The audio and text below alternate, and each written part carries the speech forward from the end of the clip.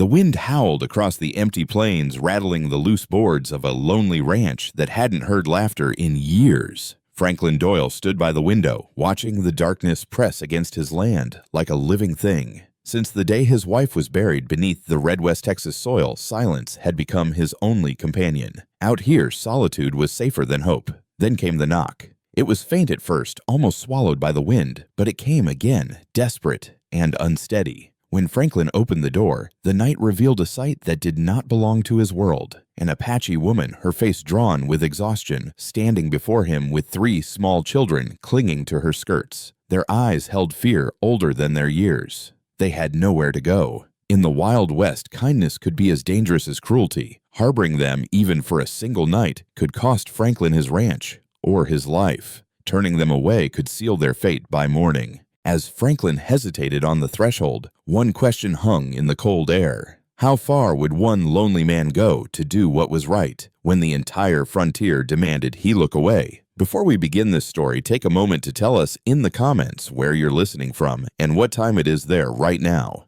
And if you enjoy deeply emotional Wild West stories like this, don't forget to subscribe to the channel so you won't miss what happens next. Franklin Doyle did not step aside right away. He stood in the doorway with the cold pressing at his back and the lantern light spilling weakly onto the dirt, studying the figures before him as if they might vanish if he stared long enough. The Apache woman did not meet his eyes. She kept her gaze lowered, one arm wrapped protectively around the smallest child, whose head lolled against her shoulder. The boy was barely conscious. The other 2 children stood rigid thin as fence posts, their faces tight with a fear no child should know. Franklin's hand tightened on the doorframe. Out here, a man learned quickly that hesitation could get him killed. The frontier did not reward mercy. It tested it often cruelly. He knew what folks in town would say if they saw this scene. He could already hear Silas Crowley's voice, thick with contempt. Apache trouble, they'd call it. Not your concern. Yet the wind cut harder, and the woman swayed on her feet.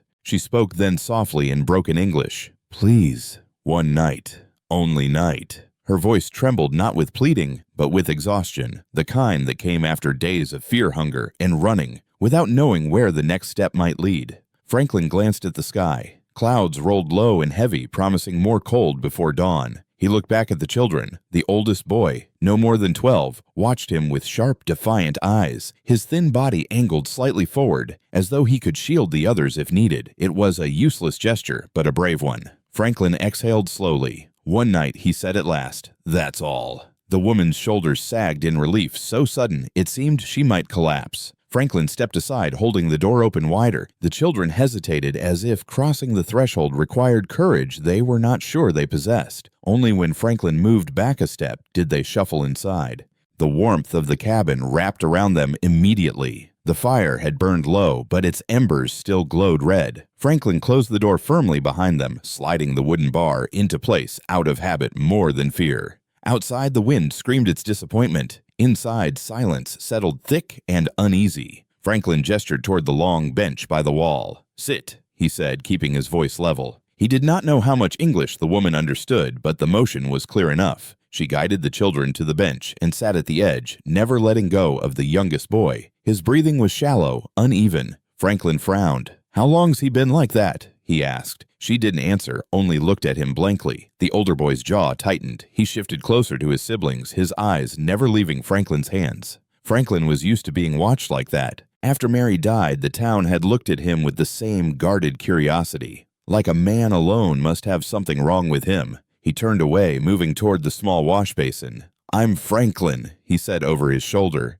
"Franklin Doyle." The woman hesitated before answering. "Ayana," she said quietly. He nodded, then poured water into a tin cup and brought it back. "For him," he said, offering it carefully. The older boy reached for it first. Ayana murmured something sharp in her own language. The boy froze, then slowly handed the cup back to Franklin, his eyes never blinking. Franklin understood then. Trust once broken was not easily repaired. He set the cup on the table instead. "It's there," he said, "when you're ready." He turned again, this time toward the stove, ladling out what remained of the stew he'd made earlier that evening. It wasn't much beans, salt pork, and potatoes, but it was hot.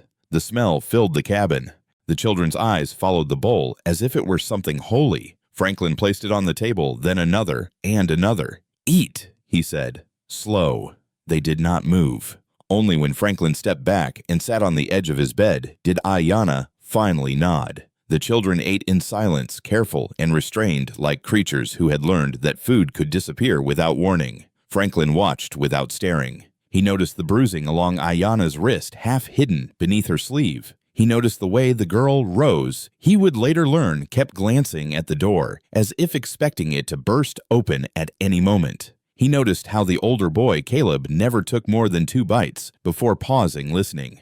"You're safe tonight," Franklin said quietly, though he was not entirely sure it was true. The fire popped, sending a brief spray of sparks up the chimney. Shadows danced along the walls, stretching and bending into unfamiliar shapes. For a moment, Franklin was no longer in his cabin. He was standing beside a grave, the earth still fresh, Mary's name carved too neatly into stone. "You can't save everyone," she had once told him long before the sickness took her, "but you can choose not to turn away." He swallowed and forced himself back to the present. "You'll sleep here," he said, pointing toward the floor near the fire. He fetched spare blankets from a chest at the foot of the bed, Mary's quilts worn but clean. He hesitated only a second before handing them over. Ayanna's fingers brushed his as she took the blankets. Her eyes lifted to his, then dark and searching. There was gratitude there, yes, but also fear. Fear of what morning might bring. As the children curled together, exhaustion finally claiming them, Franklin blew out the lantern until only the fire remained. The cabin grew dim and quiet. He lay back on his bed, fully clothed, boots still on. Sleep did not come easily. Every creak of the wood made his muscles tense. Every gust of wind sounded like footsteps. Hours passed. Just as his breathing began to slow, a sound cut through the darkness.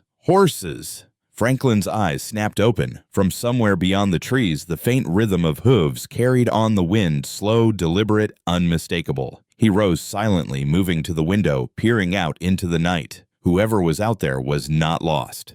And they were getting closer. Franklin did not sleep the rest of the night. He stood at the window long after the sound of hooves faded into the distance, his breath fogging the glass as he strained to hear more. The plains had a way of playing tricks on a man carrying echoes that weren't real, hiding danger in ordinary sounds. But Franklin knew horses when he heard them. Whoever had passed near his land had done so with purpose. Only when the fire burned low and the sky began to pale did he step away. Behind him, the cabin remained still. Ayanna lay curled on the floor, one arm draped protectively over the smallest child, Eli. Caleb slept sitting upright against the wall, chin tucked to his chest, as if even sleep were something he allowed himself only halfway. Rose whimpered softly in her dreams. Franklin eased the door open and stepped outside. Morning crept over the horizon in thin gray lines. Frost clung to the grass. He scanned the ground near the fence line. There, faint but clear, were tracks. Fresh. At least 2 horses, maybe 3.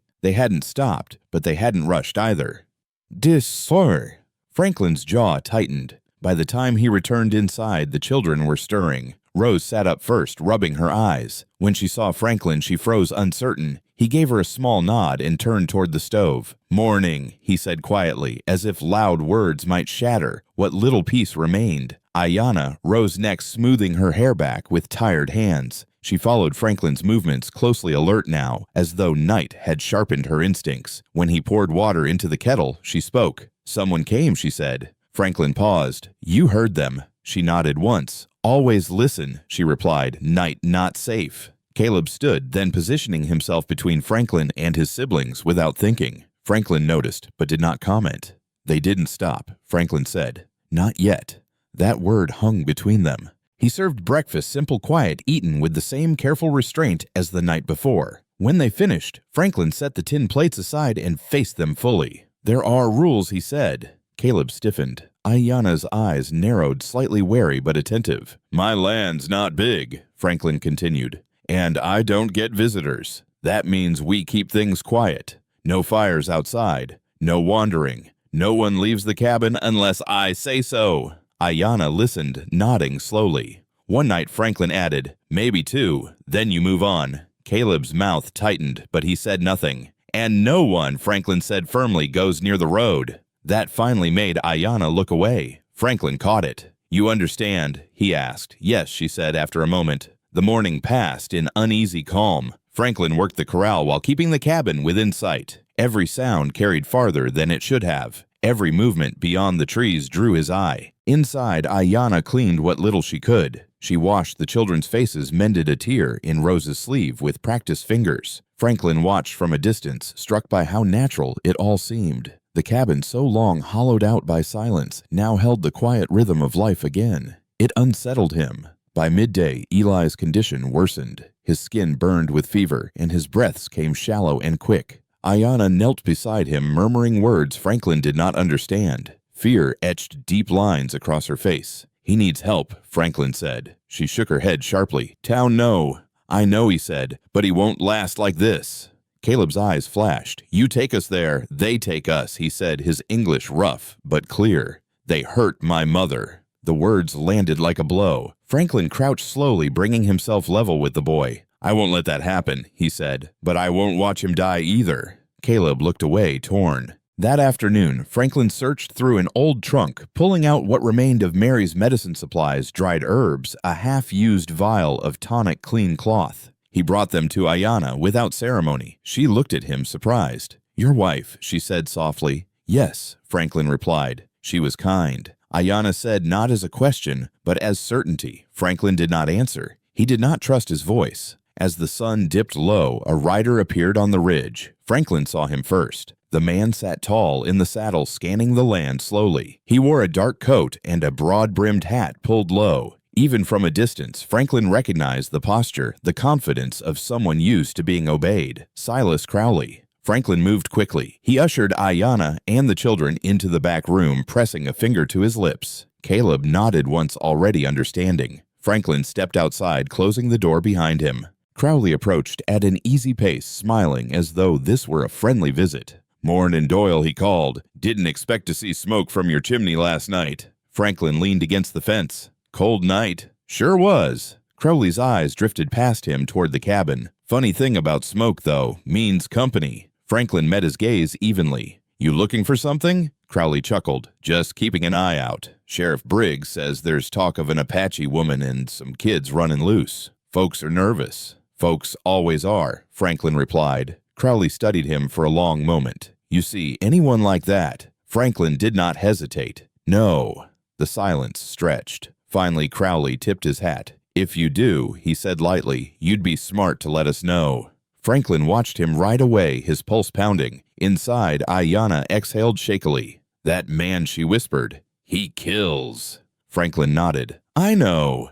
Night fell heavier than before. Franklin barred the door, banked the fire low, and took up his rifle not to threaten, but to be ready. Outside, the wind rose again, carrying with it the distant howl of coyotes. And something else. Ayanna sat awake beside the children, eyes fixed on the darkness. "This place," she said quietly. "You should send us away." Franklin looked at her, truly looked at her, and shook his head. "Not tonight," he said. Outside, far beyond the fence line, a horse whinnied, and Franklin knew the rules he had set were already being tested. The night passed without gunfire, but not without fear. Franklin remained awake until dawn, his rifle resting across his knees, his back against the wall beside the door. The cabin creaked inside, as if it too remembered every danger it had ever known. Each time the wind pressed hard against the boards, Rose stirred. Each time Eli coughed. Ayanna's hand tightened around him. When the sky finally lightened, it brought no comfort, only the certainty that daylight made things easier to find.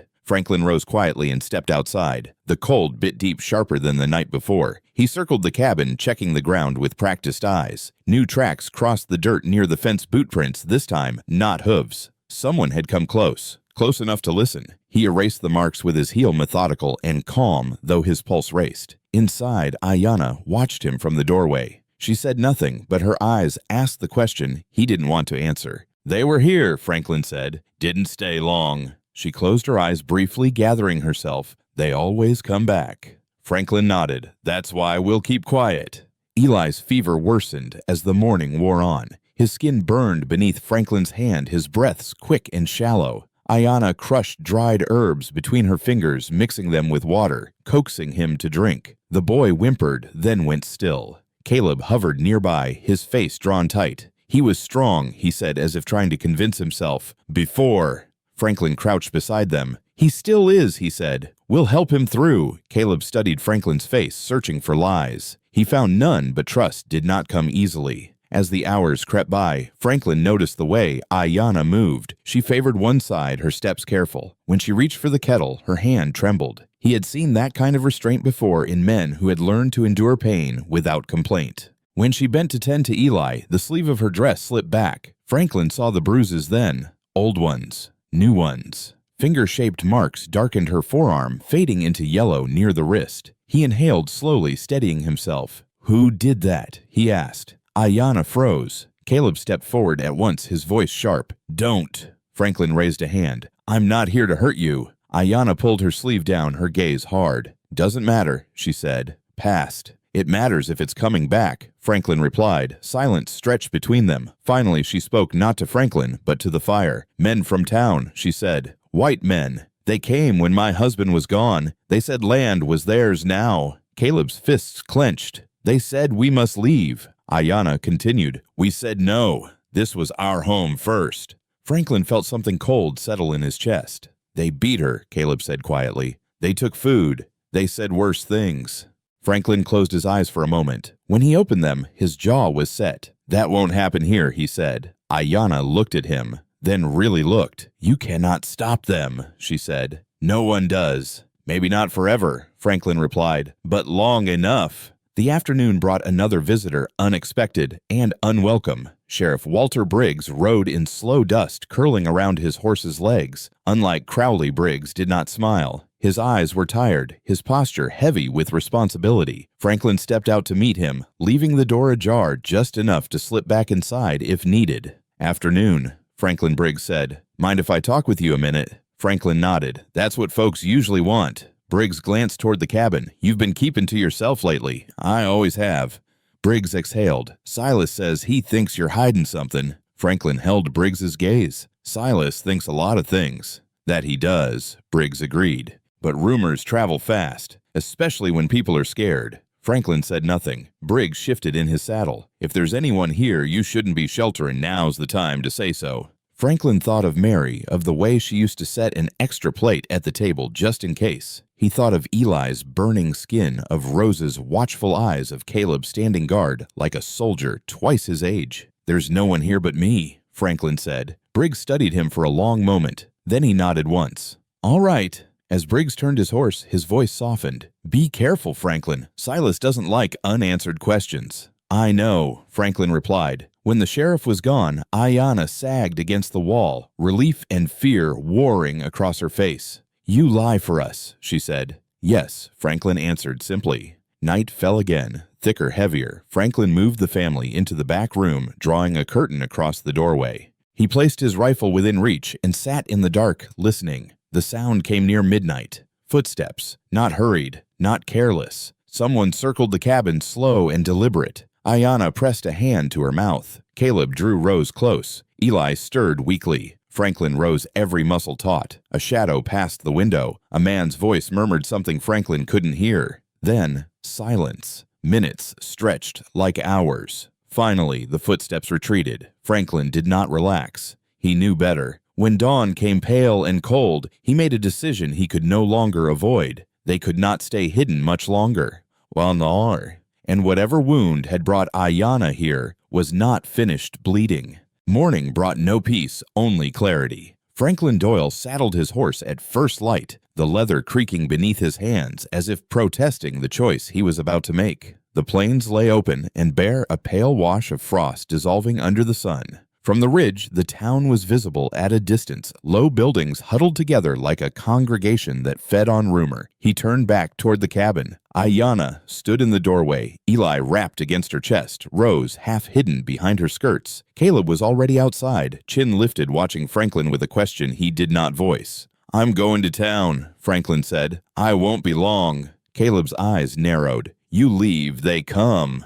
"Not if I'm smart," Franklin replied, "and not if you stay inside." Ayanna shook her head. "Town is danger." "I know," Franklin said gently. "That's why I'm going, to see it coming before it reaches us." He met her gaze, steady and honest. "You keep the rules. No fire, no sound. If anyone comes, don't answer." Caleb stepped closer. "You come back." Franklin smiled faintly. "I always do." The ride into town took less than an hour, but it felt longer. Every mile carried memories Franklin would have preferred to leave buried: the hitching post where Mary once waited for him, the storefront window that reflected a man he barely recognized now. He tied his horse near the saloon and walked in the door, swinging shut behind him. The room quieted in that way it did when a solitary man entered. A brief pause, a recalibration of attention. Silas Crowley sat near the bar, his coat immaculate, his boots polished beyond what dust allowed. When he saw Franklin, his smile widened just enough to be unsettling. "Well, if it isn't Doyle," Silas said. "Thought you didn't care much for company." Franklin took a seat 2 stools away. "Didn't say that." "You don't have to," Silas replied. "Your land does the talking. Empty, isolated, easy to miss things." Franklin ordered coffee. He did not look at Silas. "What do you want?" Silas chuckled. "Straight to business."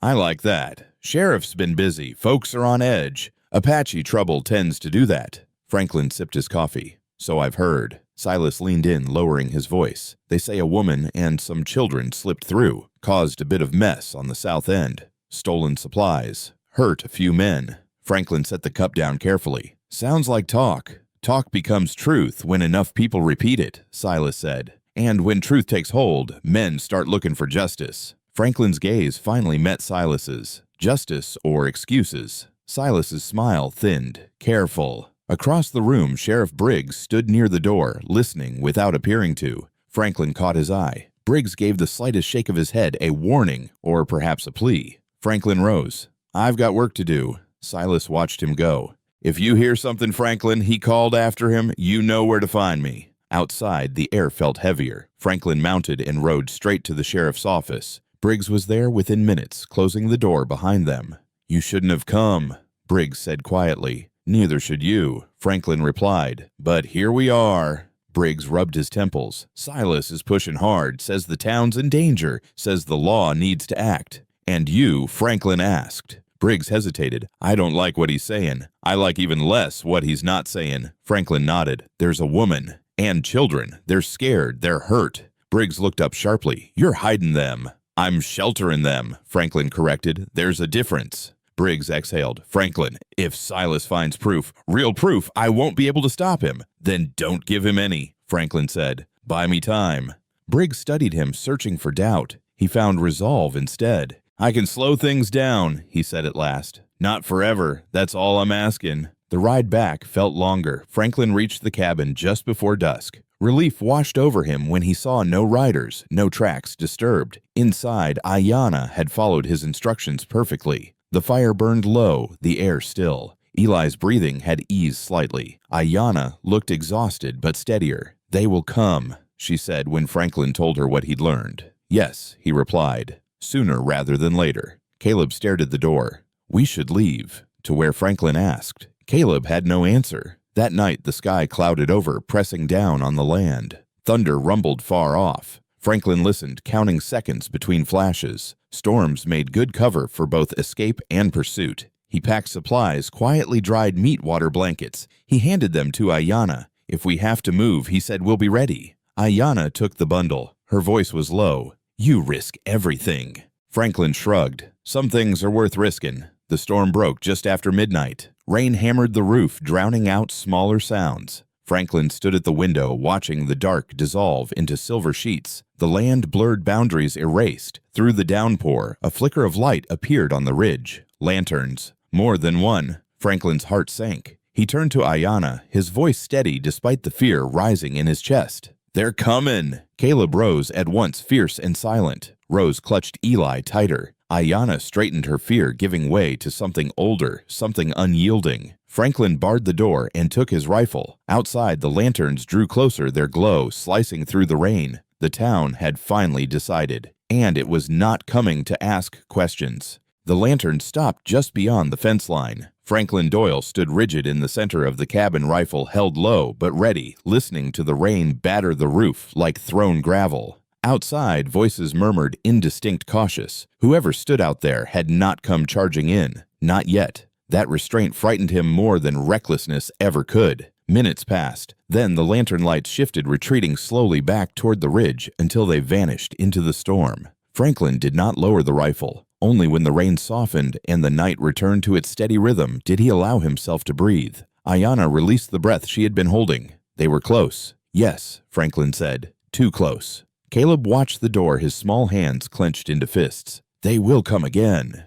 Franklin nodded. I know. When morning came, the storm had washed the land clean. The air smelled sharp and new, but danger lingered like a bruise beneath skin. Franklin stepped outside to check the ground. The rain had erased most of the tracks, but not all. Someone had stood at the fence waiting, watching.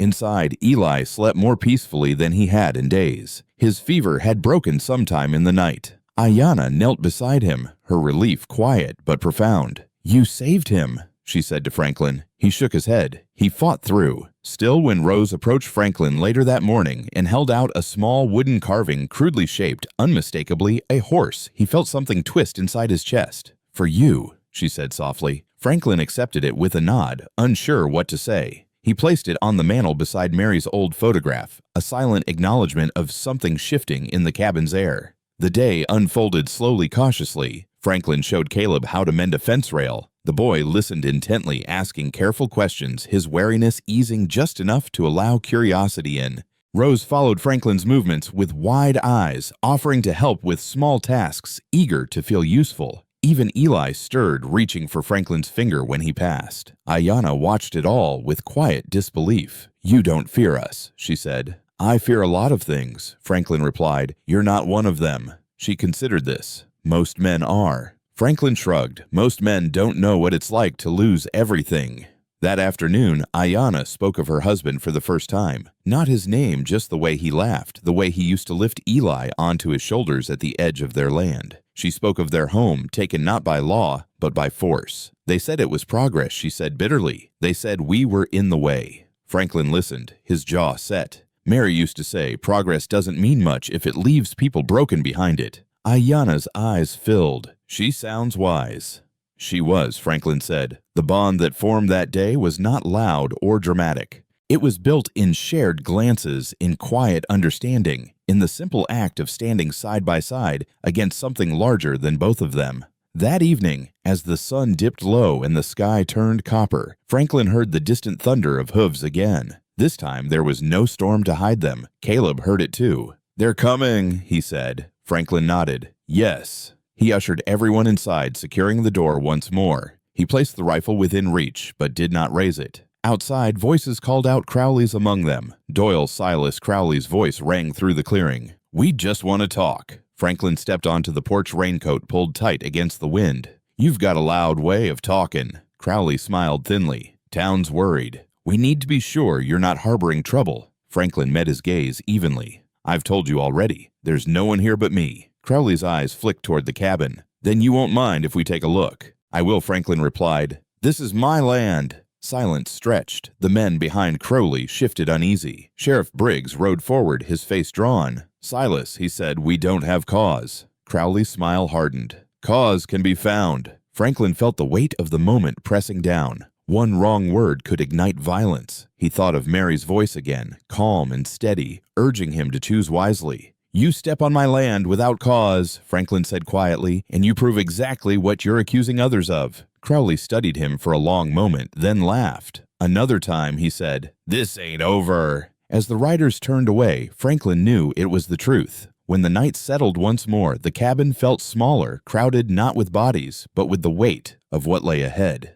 Ayanna sat beside Franklin near the fire. You don't have to keep doing this, she said. We can leave. Franklin stared into the flames. And go where they'll chase you until there's nowhere left. She swallowed. Then why? Franklin turned to her, his voice low. Because once someone didn't stand up for my wife when she needed it. I won't make that mistake twice.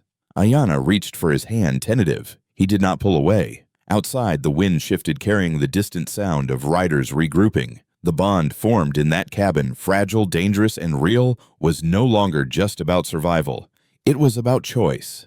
And soon Franklin Doyle would have to choose how much he was willing to lose to protect it. Franklin Doyle woke before dawn to the sound of breathing that was not his own. For a moment he lay still listening. The cabin was dark, the fire reduced to a dull red glow. Ayanna slept on the floor near the hearth, one arm curved around Eli. Rose lay curled against her mother's side, her small hand clutching the edge of the blanket. Caleb was awake, sitting upright against the wall, eyes fixed on the door. "You hear it too," Franklin murmured. Caleb nodded once. "Quiet," he said, "too quiet." Franklin rose slowly, careful not to wake the others. He moved to the window and peered out. The land lay flat and pale beneath a thin wash of moonlight. No lanterns, no riders, nothing moved, and yet the silence pressed hard as if holding its breath. Franklin knew that feeling. It was the stillness before men made up their minds. He turned back to the room. Caleb watched him, searching his face. "We're not safe here anymore," Franklin said quietly. Caleb's shoulders stiffened. "Then we leave." Ayanna stirred at the sound of their voices. She sat up, brushing hair from her face, already alert. "What is it?" "They're circling," Franklin said. "Testing." Waiting for the right moment. Ayanna closed her eyes. "Then we must go now." Franklin hesitated. That was the decision he had been avoiding. Sending them away meant exposing them to the open land to pursuit to men who did not care if children were caught in the middle. Keeping them meant turning his ranch into a battleground. There was no choice without consequence. Caleb stood. "You said one night. Then two. You helped us. That is enough." Franklin studied the boy, his straight spine, his two serious eyes. "You shouldn't have to be brave like this," he said. Caleb lifted his chin. "I don't know how else to be." The word struck Franklin harder than any threat from Silas Crowley. He walked to the trunk at the foot of his bed and opened it. Inside were supplies he had already gathered, more than he had admitted even to himself. Dried meat, a compass, an old map with hand-marked routes through the hills. Ayanna noticed. "You planned this." "I planned for the worst," Franklin replied. "Out here, they're usually the same thing." He laid the map out on the table. "There's a canyon 2 days north. Narrow. Hard to reach on horseback. If you make it there, you can disappear long enough to find help." Ayanna traced the lines with her finger. "You come with us." Franklin did not answer immediately. Caleb looked up sharply. "You should." Franklin met the boy's gaze. "If I leave, Crowley takes my land by nightfall, and then he hunts you anyway, because there'll be no one left to say no." Ayanna's voice was barely a whisper. "Then what do we do?" Franklin folded the map. "You go. I stay." The words hung heavy in the air. Rose stirred, rubbing her eyes. "Are we leaving?" she asked softly. Ayanna pulled her close. "Maybe," she said, though her voice wavered. Franklin knelt in front of Rose, forcing a smile. "You're going somewhere safer," he said, "somewhere with more sky than fear." Rose studied him for a long moment. Then she reached out and touched his sleeve. "You're coming later." Franklin swallowed. "I'll try." It was not a promise. It was the closest thing he could manage. They prepared quickly, quietly. Ayanna packed only what could be carried. Franklin saddled one horse, his best, then hesitated before leading out a second. "You take both," he said. Caleb shook his head. "You'll need one." Franklin crouched in front of him. "Listen to me. The road ahead is harder than anything you've seen. You'll need speed.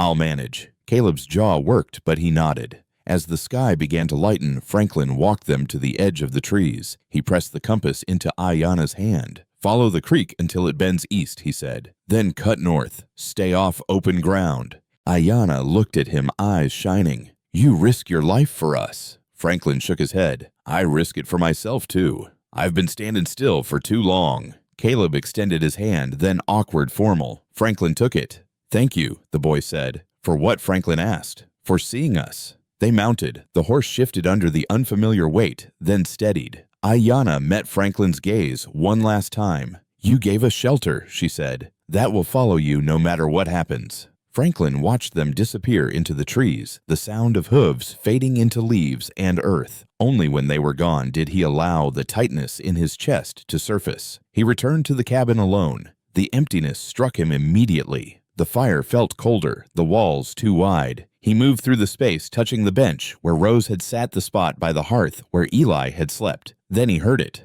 Horses. Many this time. Franklin stepped outside, rifle slung over his shoulder, his posture calm. Riders crested the ridge. Silas Crowley at their head. Sheriff Briggs just behind, his expression grim.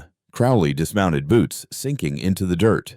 "Morning, Doyle," he said. "Heard you had guests." Franklin nodded once. "They've left." Crowley's eyes flicked to the forest. "Did they now?" Briggs looked at Franklin. "Is that true?" "Yes," Franklin replied. "They were here. They're gone." Silence stretched. Crowley smiled slowly. "Then you won't mind if we take a look around." Franklin stepped forward, placing himself between the men and the cabin. "I will," he said evenly. "This is still my land." Crowley's smile vanished. "You're making this harder than it needs to be." Franklin met his gaze without flinching. "That's funny," he said. "Seems to me you're the one who can't stand leaving well enough alone." Crowley signaled his men forward. Briggs hesitated, then raised a hand. "Silas, wait." Crowley turned. "You gonna stop me?" Sheriff Briggs looked at Franklin, then at the cabin, then back at Crowley. His jaw tightened. "Not yet," he said. "But this isn't over." Crowley's eyes burned with promise. "No," he agreed. "It isn't."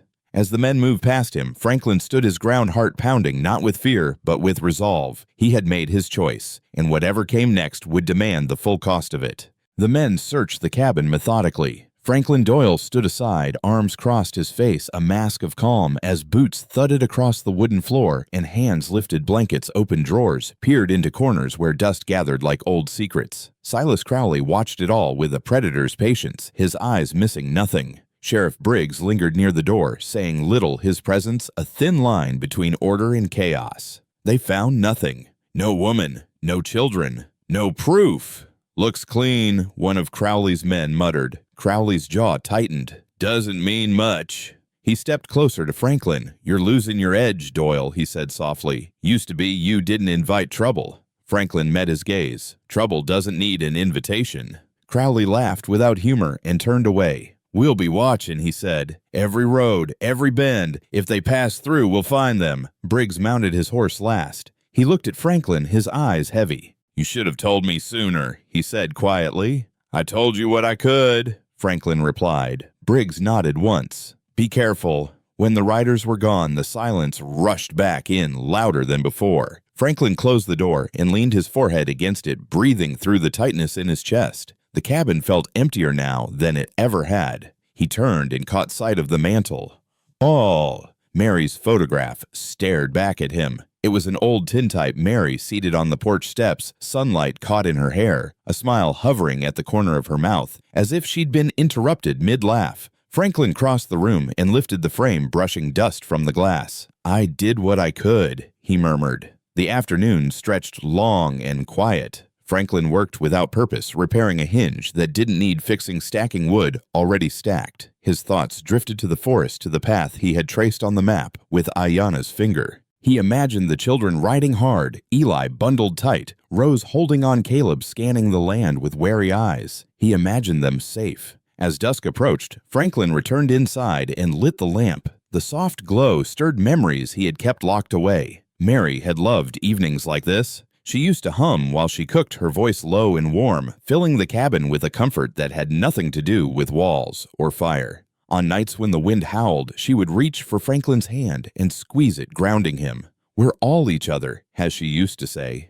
And that's enough. Franklin sat on the edge of the bed, the weight of those words settling over him. Mary had wanted children. He remembered the way she'd spoken of it, tentative hope woven with fear. The sickness came before they ever knew if that future would be theirs. He closed his eyes. The sound of the door creaking open startled him back to the present. Franklin reached instinctively for the rifle, but it was only the wind pushing against the warped frame. Still, the moment lingered, his nerves taut. Later, when darkness fell fully, he stepped outside. The stars burned bright and cold. Somewhere far off, a wolf howled, a lone sound echoing through open space. Franklin understood it. He walked to the fence line and stopped listening. The land held its breath. He scanned the horizon and caught a flicker brief distant. A lantern, perhaps, or a trick of the eye. He turned back toward the cabin and nearly collided with a figure stepping out of the trees. "Ayanna!" For a heartbeat, neither of them moved. Then Franklin whispered, "You shouldn't be here."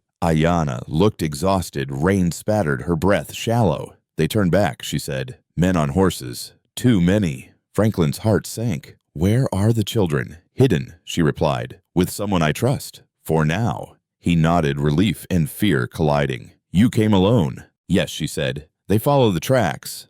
"Not me." Franklin opened the door without another word. Inside, Ayanna sank onto the bench, her strength giving out. Franklin fetched water, then paused as he noticed the way she held her side. "You're hurt," he said. She shook her head. Old pain. Franklin knelt in front of her. Not old enough. She sighed and pulled her shawl aside. Beneath it, a dark stain spread across her dress. Blood fresh. Franklin's hands were steady as he cleaned the wound. You shouldn't have ridden like that. I didn't, she said. I walked. The admission settled heavy between them. When the bleeding slowed, Ayanna leaned back, her face pale. I didn't want to bring danger back to you. You didn't? Franklin replied. It was already here. She studied him, searching. Why do you keep doing this? Franklin thought of Mary, of her quiet courage, her refusal to turn away. Because once he said, I stood by and watched someone I loved suffer. I won't do that again. Ayanna's eyes filled. You don't owe us. No, Franklin said. I owe myself. They sat in silence, the fire crackling softly. Outside, the wind shifted. Ayanna spoke again, her voice barely above a whisper. If they find the children, they won't. Franklin said, though uncertainty crept in. She looked at him, her expression resolute despite the pain. If they do, you must let me go to them. Alone. Franklin shook his head. We'll face it together. Ayanna closed her eyes. That's not how the world works. Franklin reached out his hand, hovering before settling gently over hers. Maybe not, he said, but it's how I do. The moment lingered, fragile, dangerous, real. Then a sound cut through the night. Hooves, closer than before. Ayanna's eyes snapped open. They found the trail. Franklin rose, his resolve hardening. Then we don't have much time. He barred the door and reached for his rifle, his thoughts racing not just with strategy, but with the memory of Mary's voice urging him to stand. Outside, lantern light flared bright against the dark, and Franklin Doyle understood with aching clarity that the past he had buried was about to demand a reckoning. The lantern light crept closer, cutting thin, wavering lines across the cabin walls. Franklin Doyle stood with his back to the door, rifle angled low, his breathing measured. Ayanna sat at the table, her face pale but composed, one hand pressed to her side beneath the shawl. Outside, hooves shifted. Men spoke in hushed tones, their words swallowed by the wind. A knock came, firm, deliberate. Franklin Sheriff Briggs called, "Open up." Franklin did not move right away. He met Ayanna's eyes, saw the question there, and gave a single nod. Then he slid the bar free and opened the door. Briggs stood alone on the porch, rain-darkened hat in his hands. Behind him, farther back, lanterns bobbed as Silas Crowley's men waited. Crowley himself leaned against the fence, arms crossed, a patient smile fixed in place. "Evening," Briggs said. His gaze flicked past Franklin, searching the dim interior. "We had word you weren't alone." Franklin stepped aside just enough to be polite, not enough to invite. "You're looking at the wrong word," he said. "I'm not alone in this world, but tonight I am."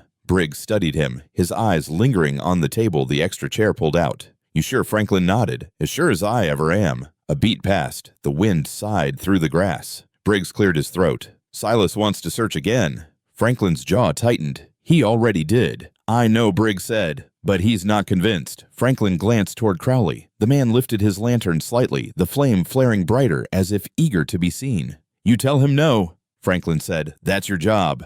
Briggs hesitated. "My job's to keep the peace." "Then do it," Franklin replied quietly, "because breaking into a man's home without cause won't bring it." For a long moment, Briggs said nothing. Then he turned toward Crowley and raised a hand. "There's no cause," he called. "Not tonight." Crowley's smile did not reach his eyes. He pushed off the fence and walked closer, boots crunching on gravel. "Funny thing about cause," he said. "Sometimes it shows up late." He stopped just short of the porch, his gaze locking on to Franklin. "You got a habit of sticking your neck out, Doyle." Franklin met his stare. "Only when someone's trying to step on it." Crowley's eyes flicked just once toward the back window. Franklin felt it like a touch. "You won't always have the sheriff," Crowley said softly. "And when you don't, we'll see how brave you are." Franklin leaned forward, voice low. "You'll see how stubborn I am." The men stared at one another, the moment stretched thin as wire. Then Crowley chuckled and tipped his hat. "Another night," he said. "Enjoy it." As the lanterns withdrew, Franklin closed the door slowly and slid the bar back into place. Only then did he allow himself to breathe.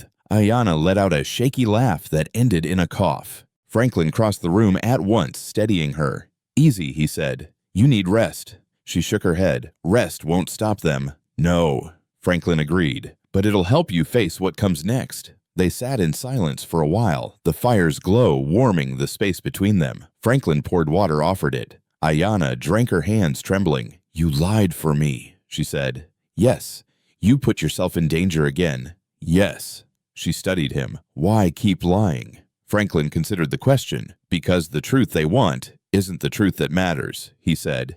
It's just a tool. Ayanna looked down at her hands. Where I come from, she said slowly, lies are heavy. They follow you. So does truth, Franklin replied.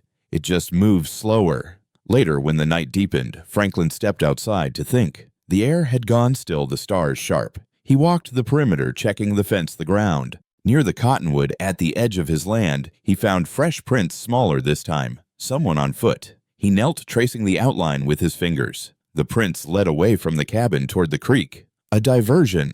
Franklin's stomach sank. He turned back toward the house and quickened his pace. Inside, Ayanna looked up at once. What is it? She asked. They're clever, Franklin said. Someone's trying to draw me out.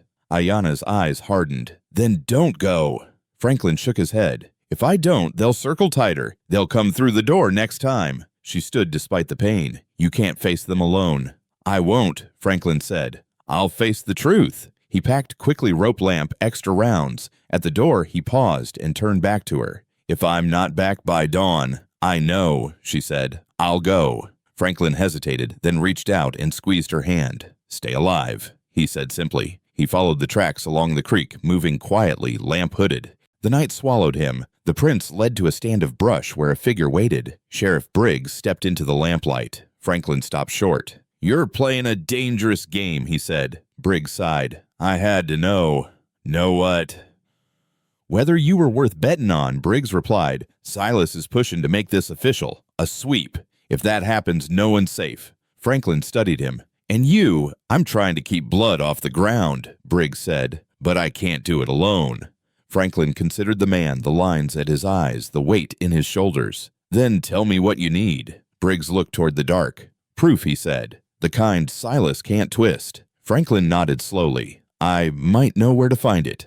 They parted before the sky lightened, each carrying a lie heavier than the last. Franklin returned to the cabin as dawn bled into the horizon. Ayanna was awake, waiting. What did you find? She asked. Franklin met her gaze. A chance, he said, and a cost. Outside, the town was waking, restless, impatient. And the lie Franklin had told to protect them all was beginning to demand its due. Dawn did not bring relief. It brought urgency. Franklin Doyle stood at the window, watching the pale light creep across the land, revealing every fence post, every trail, every place a man could hide or be seen. The world looked calm, almost gentle, and that was what unsettled him most. In the Wild West, quiet often meant men were planning. Behind him, Ayanna wrapped her shawl tighter around her shoulders. She had slept little, if at all. Pain pulled faint lines across her face, but her eyes were sharp alert to every shift in Franklin's posture. You spoke with the sheriff, she said. Franklin nodded. Yes. She waited. He's caught between his badge and his conscience. Franklin continued. Silas is pushing for a full sweep. If that happens, they'll tear this land apart looking for you and the children. Ayanna closed her eyes briefly. Then it is worse than before. Not entirely, Franklin said. Briggs wants proof. Real proof. Something Silas can't talk his way around. Ayanna opened her eyes. You have it. Not yet, Franklin admitted. But I know where it might be. He crossed the room and pulled the old map from the table, flattening it with his palm. There's a ravine south of town. Crowley keeps cattle there sometimes. A few weeks back, I saw men moving supplies at night. Didn't think much of it then. Ayanna frowned. Supplies, rifles, ammunition, Franklin said. Not the kind meant for protecting cattle. Understanding dawned in her eyes. He plans violence. He plans control, Franklin replied. Fear's just his tool. Silence fell between them, heavy with the weight of what lay ahead. Ayanna broke it first. You should not do this alone. Franklin met her gaze. Neither should you stay here. She straightened. I will not run again. You're hurt, he said gently. And the children are hidden, Ayanna said firmly, safer than they would be on the move. And I will not leave you to face this by yourself. Franklin opened his mouth to argue, then closed it again. He saw the same resolve in her that he had once seen in Mary, the kind that could not be pushed aside without breaking something precious. All right, he said quietly. Then we're careful. They spent the morning preparing. Franklin packed a satchel with food, water, and the few documents he owned, land papers, old receipts, anything that might matter if he didn't return. He hesitated before adding Mary's photograph, then tucked it inside. Ayanna moved slowly but deliberately, binding her wound tighter, steadying herself with practiced control. She said little, but her presence filled the cabin with a calm that steadied Franklin more than he cared to admit. By afternoon, clouds gathered low and dark, rolling in from the west. The air grew thick, charged. Franklin recognized the signs. Another storm was coming. "Good cover," he muttered. As dusk approached, Franklin saddled his horse and checked the rifle once more. He turned to Ayanna. "You stay here," he said. "If anything goes wrong," she shook her head, "I will not hide while you risk everything." He searched her face, then nodded. "Then we move after dark." They waited until the first rumble of thunder echoed across the plains. Rain followed soon after, heavy and relentless, drenching the land and blurring the horizon. Franklin led the horse through the trees, keeping low, the storm masking their movement. The ride toward the ravine was tense and silent. Every flash of lightning illuminated the land in stark white, revealing rock scrub and once far off the shape of riders moving toward town.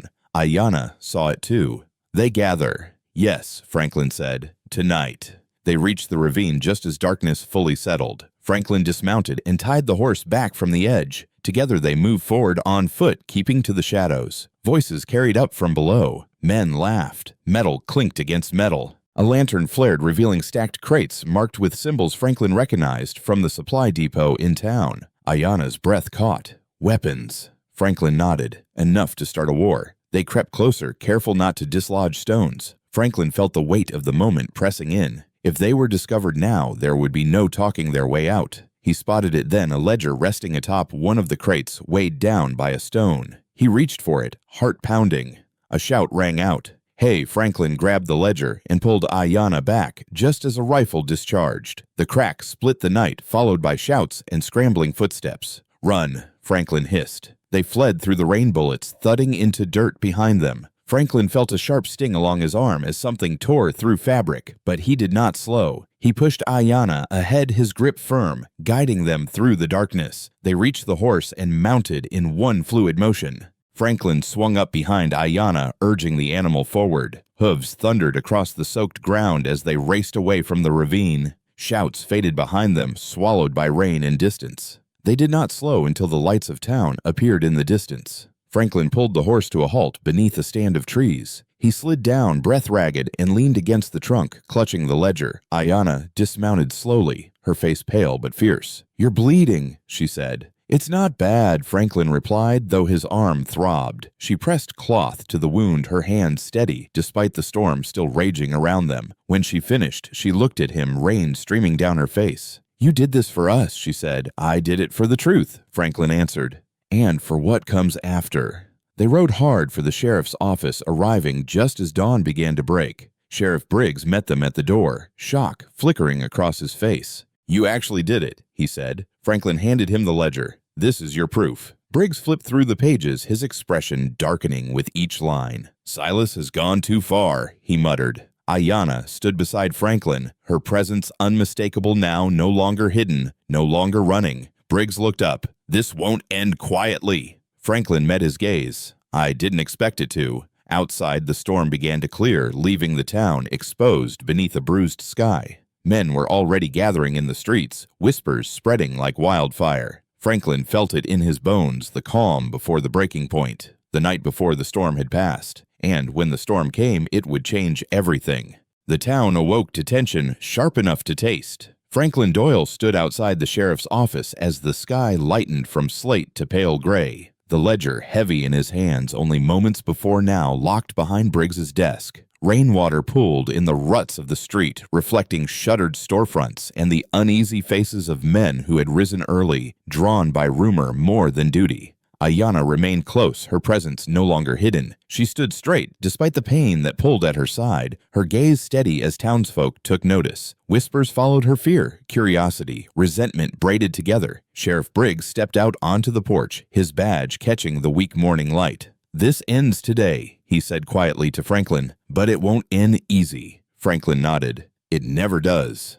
A murmur rippled through the crowd as riders approached from the south. Silas Crowley came at their head, mounted and confident, flanked by men whose hands hovered too near their holsters. He dismounted with theatrical, calm eyes flicking from Franklin to Ayanna, then to the sheriff. "Well now," Silas said. "Looks like the truth decided to walk into town all on its own." Briggs descended the steps. "You're done, Silas." Silas laughed. On what charge? Briggs held up the ledger. "Conspiracy. Illegal arms incitement. Enough to bury you." The laughter died. Silas's eyes hardened, calculating. "That book doesn't prove a thing. Papers can lie." Franklin stepped forward. "Not when they're signed. Not when they match deliveries. Not when your men were caught red-handed." A hush fell. Silas glanced at Ayanna, then back at Franklin. "You take the word of an Apache woman over your own people." Franklin didn't flinch. "I'll take the truth wherever it stands." Silas's mouth curled.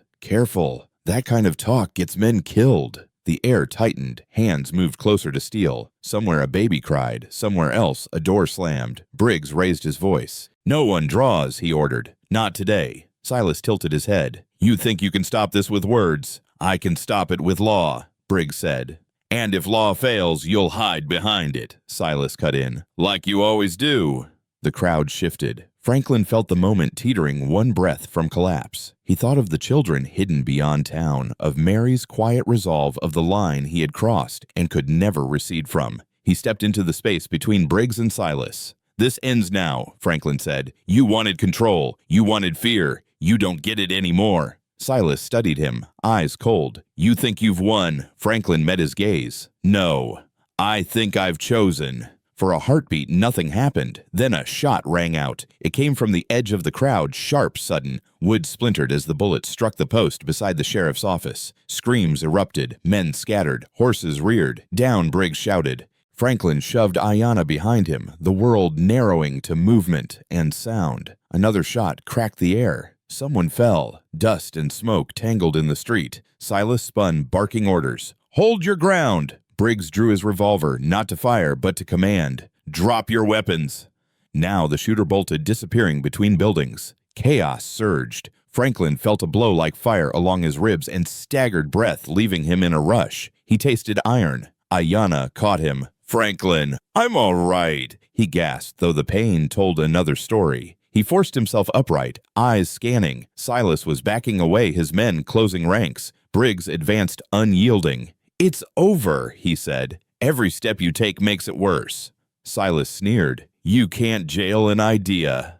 "No," Briggs replied. "But I can jail you." Deputies surged forward, weapons raised. For a moment, it seemed Silas might fight, might turn the street into a graveyard. Then his gaze flicked to the faces around him. Not loyalty, not certainty, doubt. He raised his hand slowly. A collective breath released. As Silas was taken into custody, Franklin's strength faltered. He sank to one knee, the street tilting. Ayanna knelt beside him, pressing her hand against his side. "Stay with me," she whispered. Briggs hurried over. "Get him inside," he ordered. "Now!" They carried Franklin into the office and laid him on the cot. The wound was shallow, but bleeding, a cruel reminder of how close it had come. Briggs bound it tightly. "You did this," Briggs said quietly, meeting Franklin's eyes. "You changed the course." Franklin managed a thin smile, just pointed the truth in the right direction. Outside the town roiled anger, colliding with relief questions blooming where certainty once lived. Word spread fast. Silas Crowley arrested.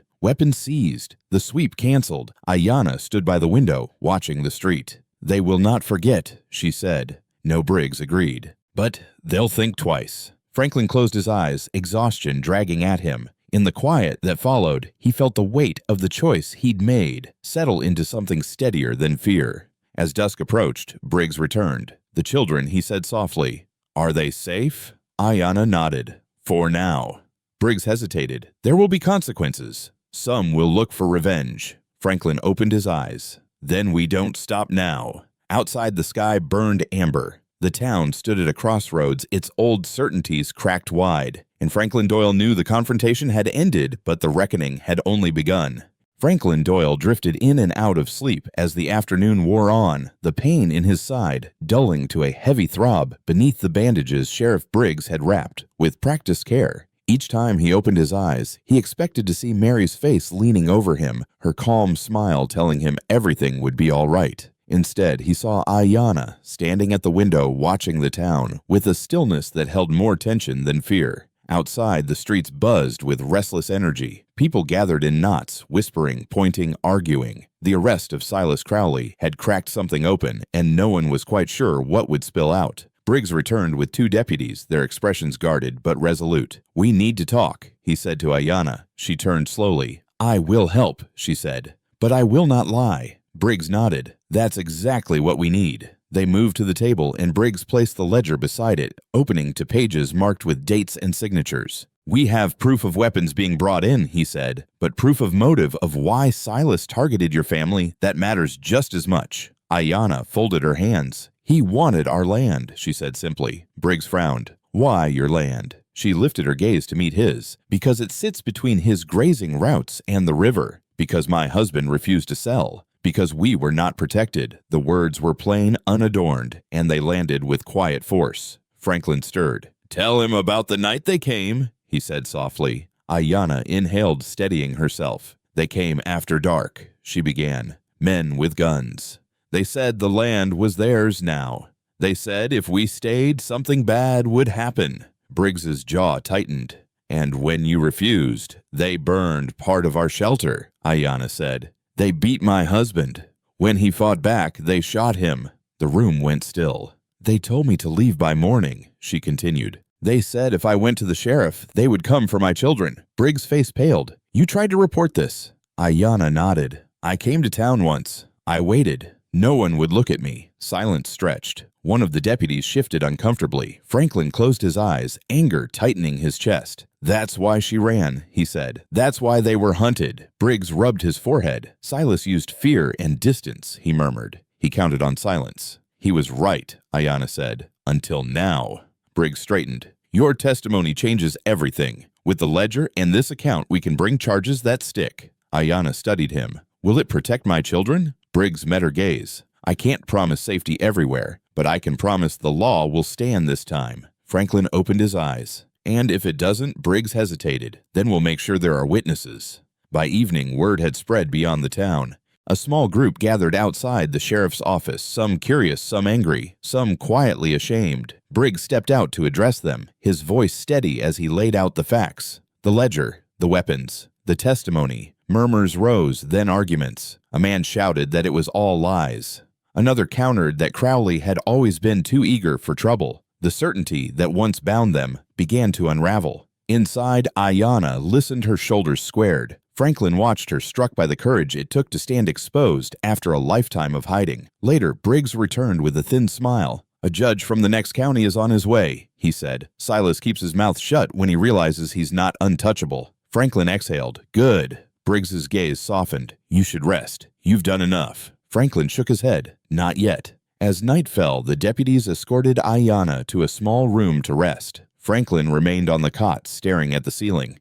The pain reminded him he was still alive, still responsible. A knock came at the door. Briggs entered quietly. "There's something else," he said. "We found Crowley's correspondence. Names, roots. He wasn't acting alone." Franklin's eyes sharpened. "Who else?" Briggs sighed. "Men in town. Men you know." Franklin absorbed that, the truth settling heavy. "Then this won't end with him."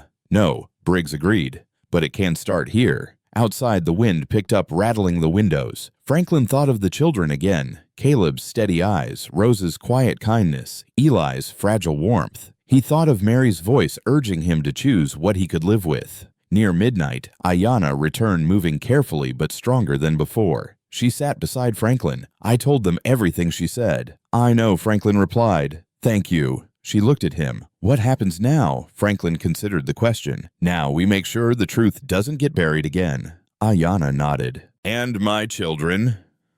"We bring them back," Franklin said, "into the open."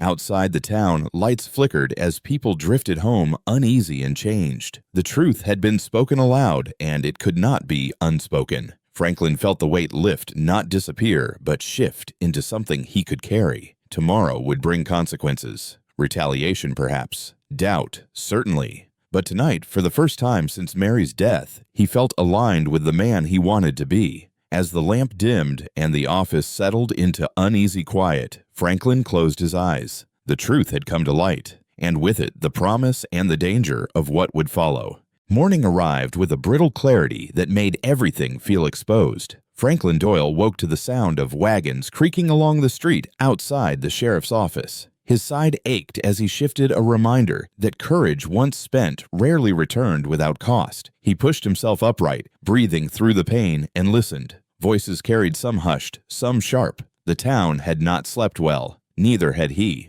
Ayanna stood near the window, her posture steady, eyes tracking movement beyond the glass. When she heard Franklin stir, she turned. "They are watching," she said. Franklin nodded. "They always do when something changes." Sheriff Briggs entered with 2 cups of coffee and set one beside Franklin. "Judge will be here by noon," he said. "Crowley's being held. His men are restless." "Restless men make bad decisions," Franklin replied. Briggs grimaced. "That's what worries me." By mid-morning, the street filled. Not a mob yet, but a crowd with too many opinions and too little patience. Some faces Franklin recognized from years past. Men he'd shared fence lines with, women who once nodded politely when Mary was alive. Now their eyes held questions, accusations, curiosity sharpened by fear. Briggs stepped out to speak with the judge when he arrived. Franklin remained inside, listening to the muffled cadence of law and counter-law, truth and denial. Ayanna sat with her hands folded, composed in a way that unsettled those who expected her to break. The door opened abruptly. A deputy leaned in, breathless. "Sheriff, there's trouble by the livery." Briggs was gone in a moment. Franklin rose despite the protest from his side. "Stay here," he told Ayanna. She stood. "I will not hide." They reached the street together as raised voices crested into shouting. A knot of men had gathered Crowley's supporters by the look of them blocking the livery doors. One man hurled an accusation.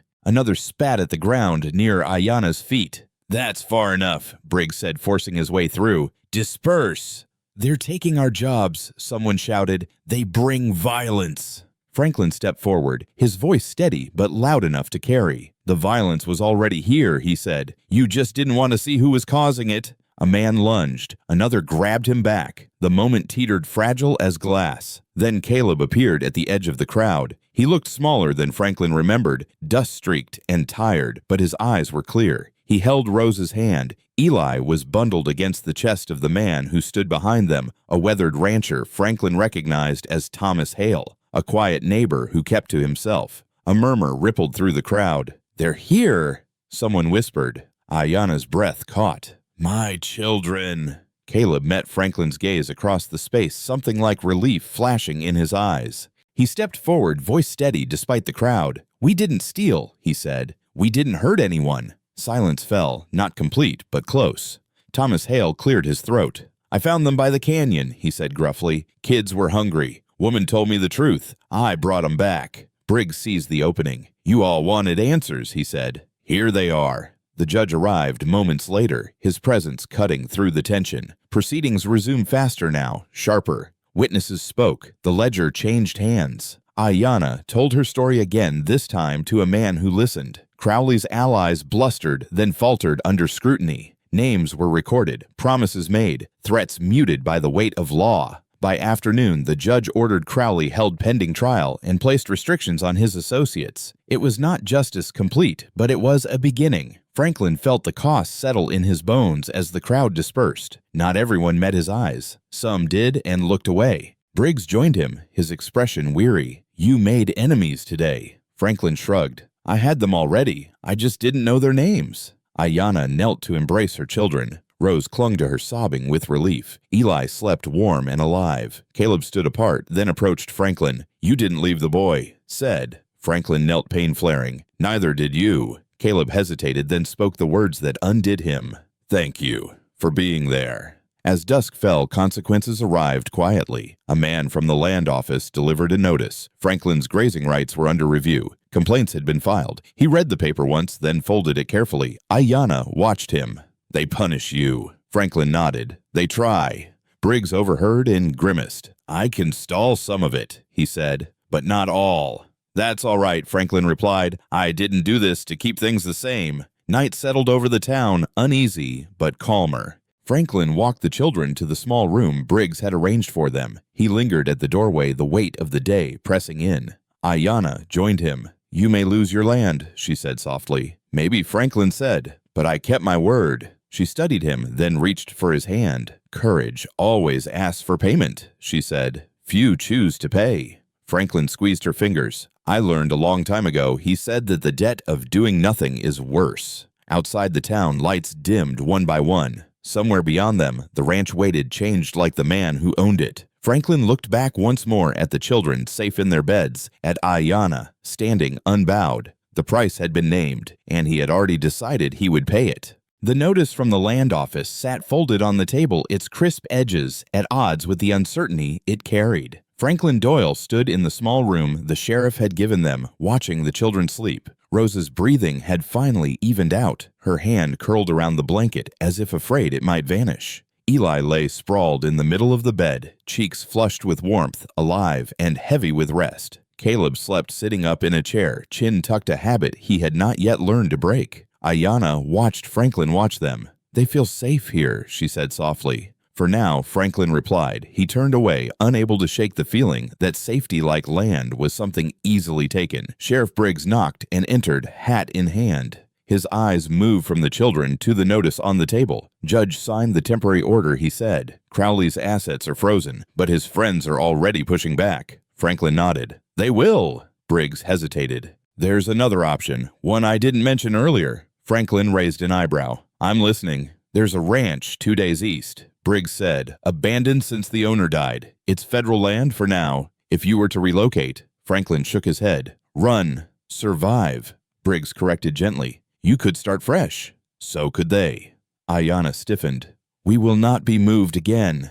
Briggs met her gaze respectfully. "I understand, but I have to say it." Franklin looked at the children again, the weight of the choice pressing in. Leaving meant safety, perhaps. Staying meant standing in a place that would not forget what he had done. "What happens to my land?" Franklin asked. Briggs sighed. "Under review. If they find cause, they'll cut your grazing rights. Might take the rest." Franklin absorbed that in silence. Mary's voice echoed in his memory, not telling him what to do, only reminding him to choose what he could live with. Briggs cleared his throat.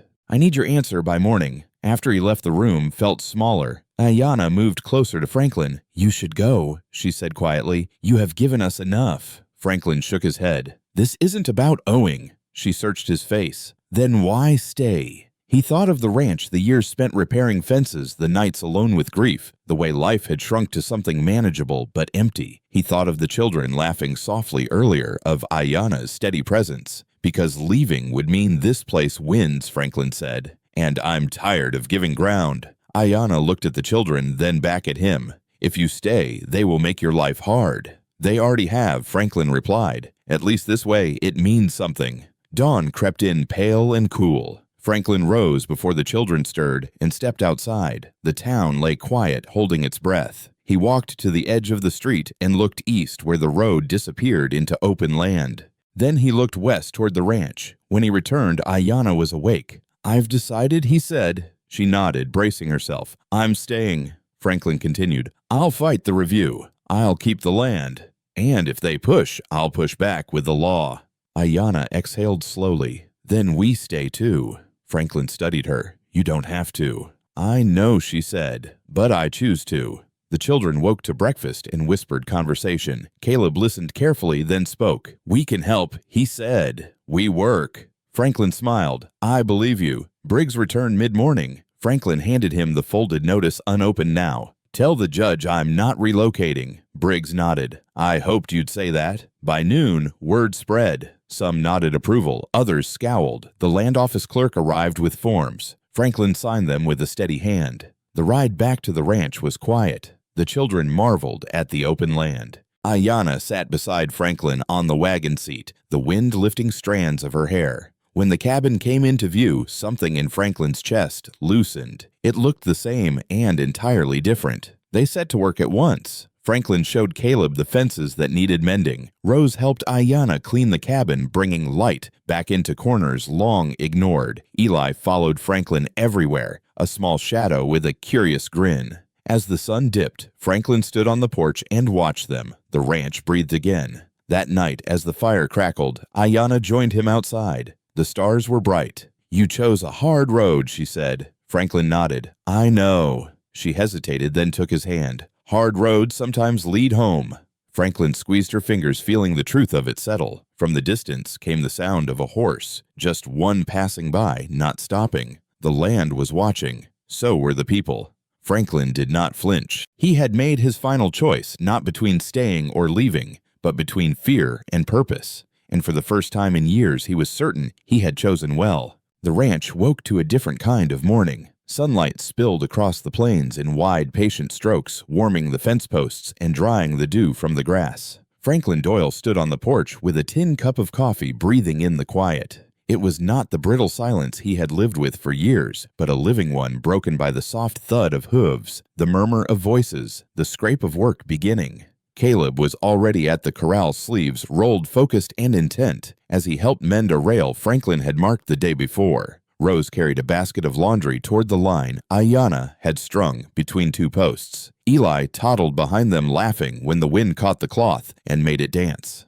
Ayanna stepped out beside Franklin, her shawl pulled close against the morning chill. "They are settling," she said softly. Franklin nodded. "So am I." The days that followed were not easy, but they were honest. Men from town rode by at a distance watching. Some tipped their hats. Others did not.